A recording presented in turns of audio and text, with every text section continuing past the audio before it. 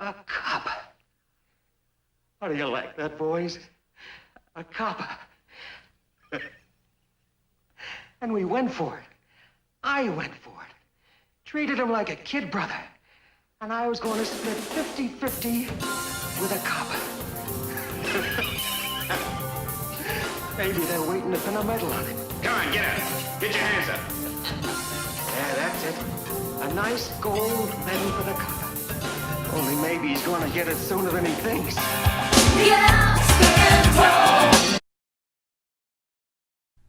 That track is from one of my favorite Madonna songs, White Heat. And it's interesting because I guess Madonna was a James Cagney fan, and that's why she put that track into her song from the 80s. And tonight's movie review is of the movie White Heat. And White Heat came out in 1949, and it is a gangster movie. In fact, it's the first gangster film I've reviewed in my channel. White Heat was directed by Raoul Walsh. I believe I've reviewed more of his films in the past. It is a Warner Brothers film, and it's interesting because James Cagney had not been in a Warner Brothers film for 7 years since he hadn't been in Warner Bros. Film for 7 years because he had been filming with United Artists for the past 7 years in the 40s. But it's nice seeing Cagney come back to doing a gangster film because it had been a while since he had done a gangster film. Although after doing a lot of reading on the movie, he was sort of over the whole gangster genre and sick of doing it. It had been 20 years since he had filmed Public Enemy, which is arguably his most famous gangster movie. But he is sort of an updated gangster in White Heat. You know, he's not the 30s gangster. It's about to be 1950. He's an updated gangster. He's much more violent. He's older. He's not the young man he once was, where he's sort of the womanizer. Or I'll get into all that when we get into the plot. But this film, it also stars Virginia Mayo. She plays James Cagney's wife. And she's sort of, she's not the most loving wife. Definitely not. She, not really a big spoiler, but she's kind of going behind his back with one of his gangster buddies. Not a big spoiler because that seems to happen in a lot of gangster films. But it also stars Edmond O'Brien, who plays a treasury agent who's trying to get Cody, which is James Cagney's character, Cody Jarrett. He's trying to pin him for a train heist where they got a lot of money from the heist. And his mother, who he calls Ma, his mother is played by Margaret, I believe, Wycherly. And I know her because she was extremely important to the plot because Cody Jarrett, which is James Cagney's character, is how do I say this? I believe I wrote down 3 words. He's wild, he's murderous, and he's neurotic. You just never know what he's going to do because the movie starts out with this heist. And note the scene where he, right after robbing the bank, one of his buddies calls him by his name, Cody, right in front of the train engineer, who puts the coal in, I think, or maybe he was the driver. Anyway, he says Cody, and Cagney's like, "Why don't you tell the whole world my name?" And the locomotive engineer says, "Cody, you're not going to get away with it." And he says something like, "Oh, so you're good with names, huh?" And then he just, bam, kills him in cold blood right then and there just because he remembered his name. And that's a common theme throughout the entire movie, is that Cody is just, he doesn't care about life. He is a total maniac. He just kills everyone that doesn't go with his flow. In fact, there's one scene where one of his buddies, or not a buddy, but he throws someone in the trunk. Bam, bam, bam. He shoots him in the trunk in cold blood. And there's a lot of scenes like that. And it was certainly ahead of its time. This is like watching Goodfellas, but in 1949. It was way ahead of its time. But let's start back up a little bit with the plot. So after the heist, they have to lay low, do all that sort of thing. They have to lay low with the cash, and then he sort of figures, okay, they're gonna pin this on me, so I'm gonna do some jail time for another crime I did, so then they won't be able to pin this crime on me. So it sort of turns into a prison movie for a little bit.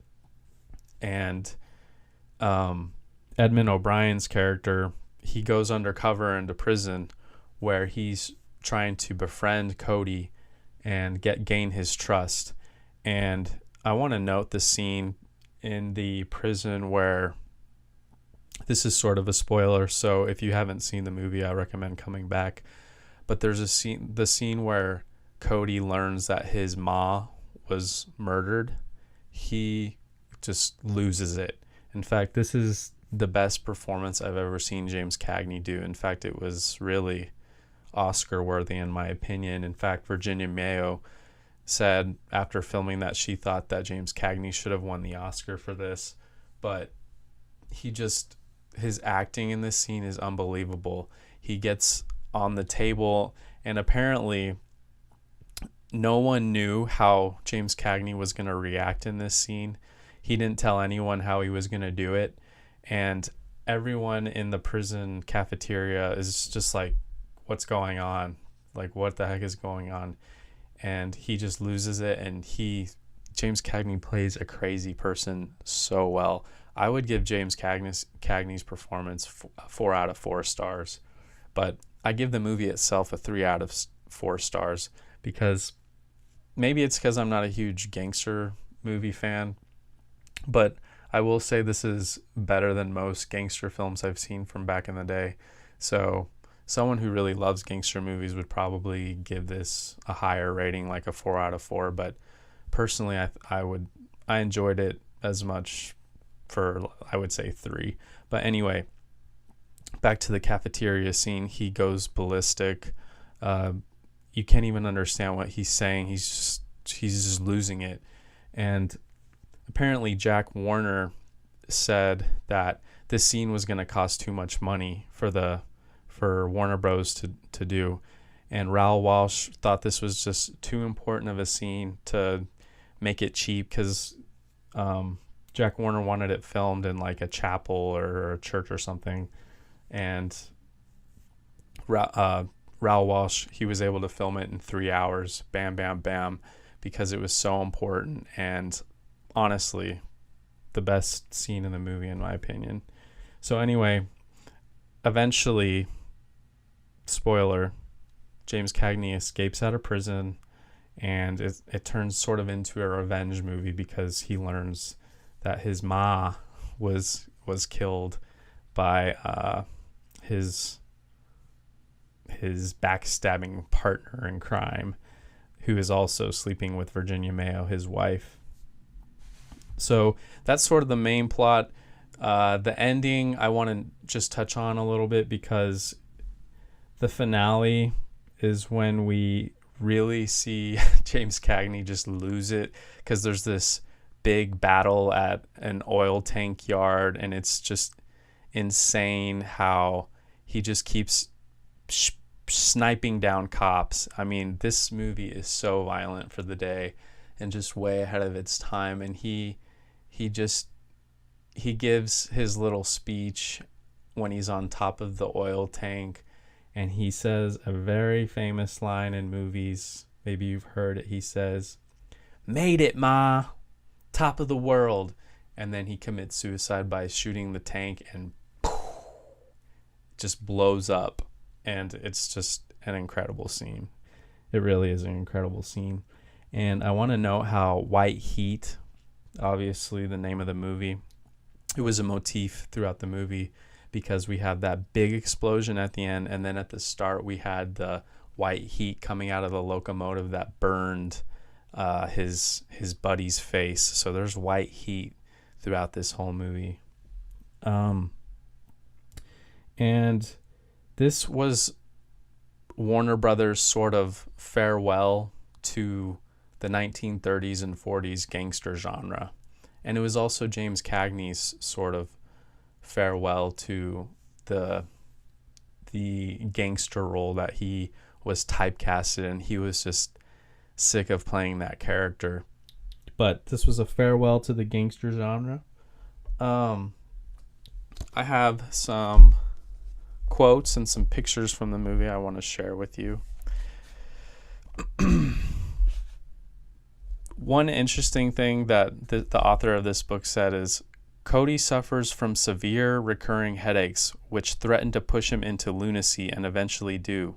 And then a quote from the movie, it's like having a red hot buzz saw inside my head. That's what he says to Ma. And my mic. Excuse me. There's he and Ma when he's having one of his little panic attacks. That's when he's having one in prison.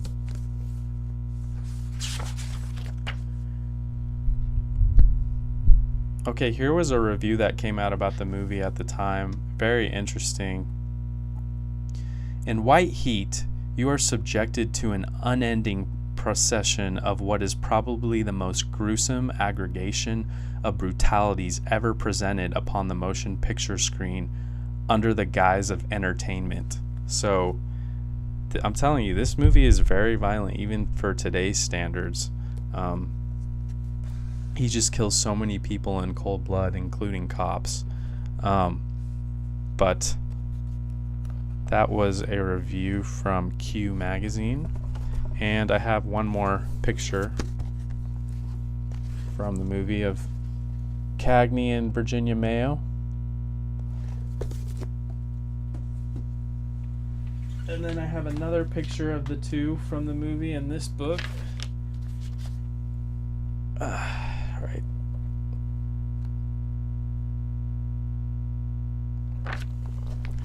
But yeah, this is the biggest mama's boy movie I think I've ever seen from back in the day, other than, of course, Psycho, which is the ultimate mama's boy movie.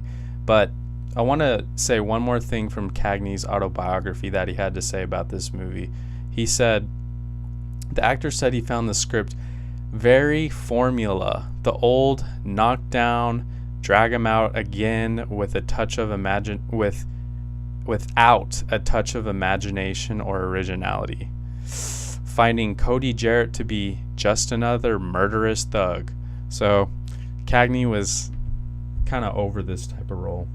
But it's a great movie. It's a great gangster movie. I'm not really into gangster movies from back in the day that much, but I recommend you watch it at least once. And it was definitely a fun first gangster movie for me to review. Don't normally do that, especially right now. I've lately been doing a lot of Clark Gable romance films, but if you enjoy more gangster films from back then, please recommend me to do that, and I will. I'll be happy to. But until then, I'll see you guys next time.